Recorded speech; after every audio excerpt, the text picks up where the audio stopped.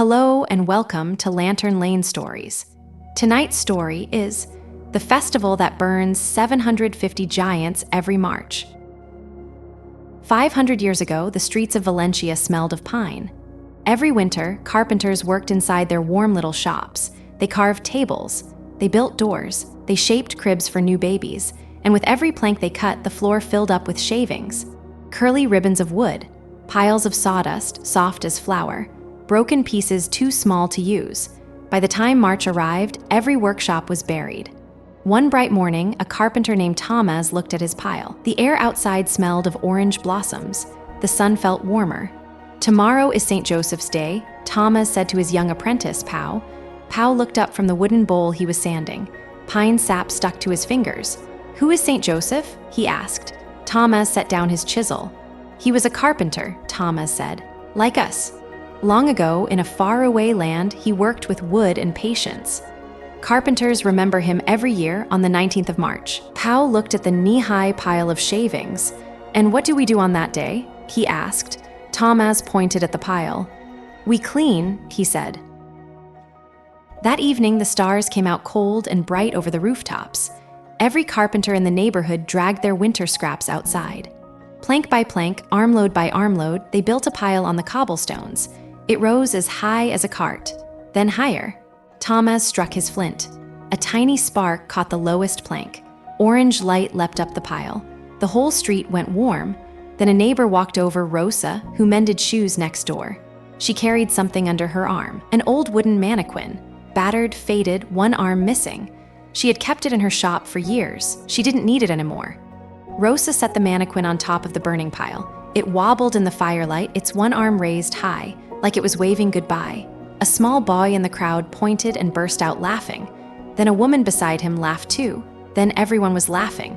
The mannequin's painted face glowed red and gold. For one long moment, it seemed to smile. Then the flames took it. The crowd cheered up into the cool night air. Something shifted in that street in that moment. A pile of wood scraps was useful, but a funny wooden figure on the fire, that was something to remember. The very next March, Thomas carved something on purpose. A small wooden figure with a round face painted bright yellow. He set it on the bonfire. His neighbors laughed and clapped. The year after that, he built 2 figures. The year after that, the carpenter down the street built his own, taller, funnier. "Mine tells a better story," called one carpenter. "Mine is bigger than yours," called another. Years went by, then decades, then whole centuries. Carpenters passed the tradition to their children and to their children's children. The figures stopped being made of carved wood. Artists began making them from cardboard and papier-mâché. Light as a kite, but tall as a tree, then tall as a house, then tall as 10 houses stacked together. The artists called each small figure a ninot, which means puppet in Valencian. The whole towering sculpture, with many ninots rising inside it, was called a falla. Each neighborhood in Valencia built its own falla. The artists worked 12 whole months to finish it. Then on March 19th, St. Joseph's Day, every falla in the city was set on fire. All of them, every single one. The sky over Valencia turned the color of orange embers. The smell of smoke and spring rolled through every street. This is what a pile of winter shavings and one old mannequin had become. Every year the ninots grew more beautiful, and every year the people of Valencia faced the same quiet problem. Some ninots were too good to burn. In 1914, one falla had a ninot shaped like the great composer Wagner. Wagner had written music that made people weep. His face in papier-mâché looked very grand and very serious. The people of that neighborhood looked at each other. "We cannot put him in the fire," one woman said quietly. So they rescued the Wagner ninot from the flames and carried him carefully away. In 1922, it happened again. A ninot of King Jom I, the great Valencian ruler of centuries past, was saved. Then came 1925, and the one that children still talk about. A small ninot of a child, holding a tiny glass perfume bottle. One arm was raised. The carved hand aimed the bottle at the air. A woman in the crowd let out a slow, soft breath. "Oh," she said, "it is too sweet." "It must live," said the man beside her, and so the perfumed child was saved too. But saving a ninot was still up to luck.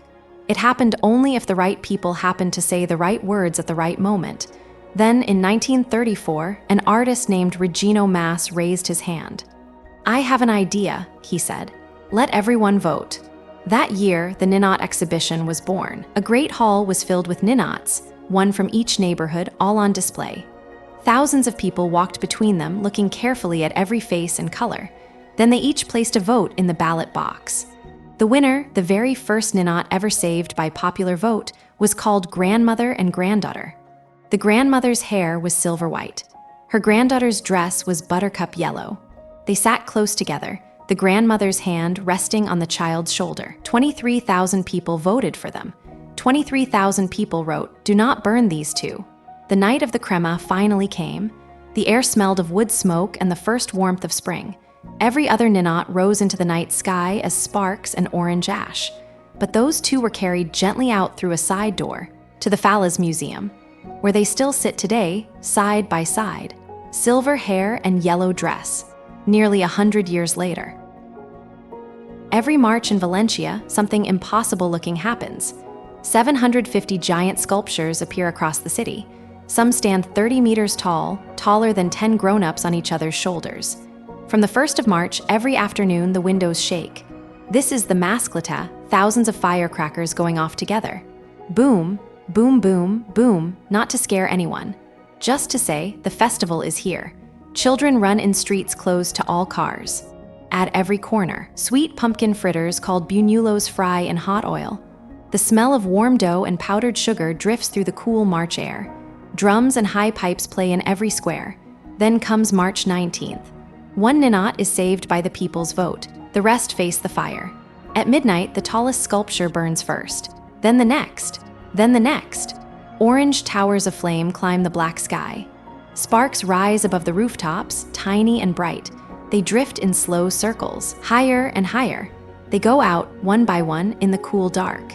In 2016, the whole world agreed this festival was something precious. The United Nations named Las Fallas a treasure of all humanity, intangible cultural heritage of the world.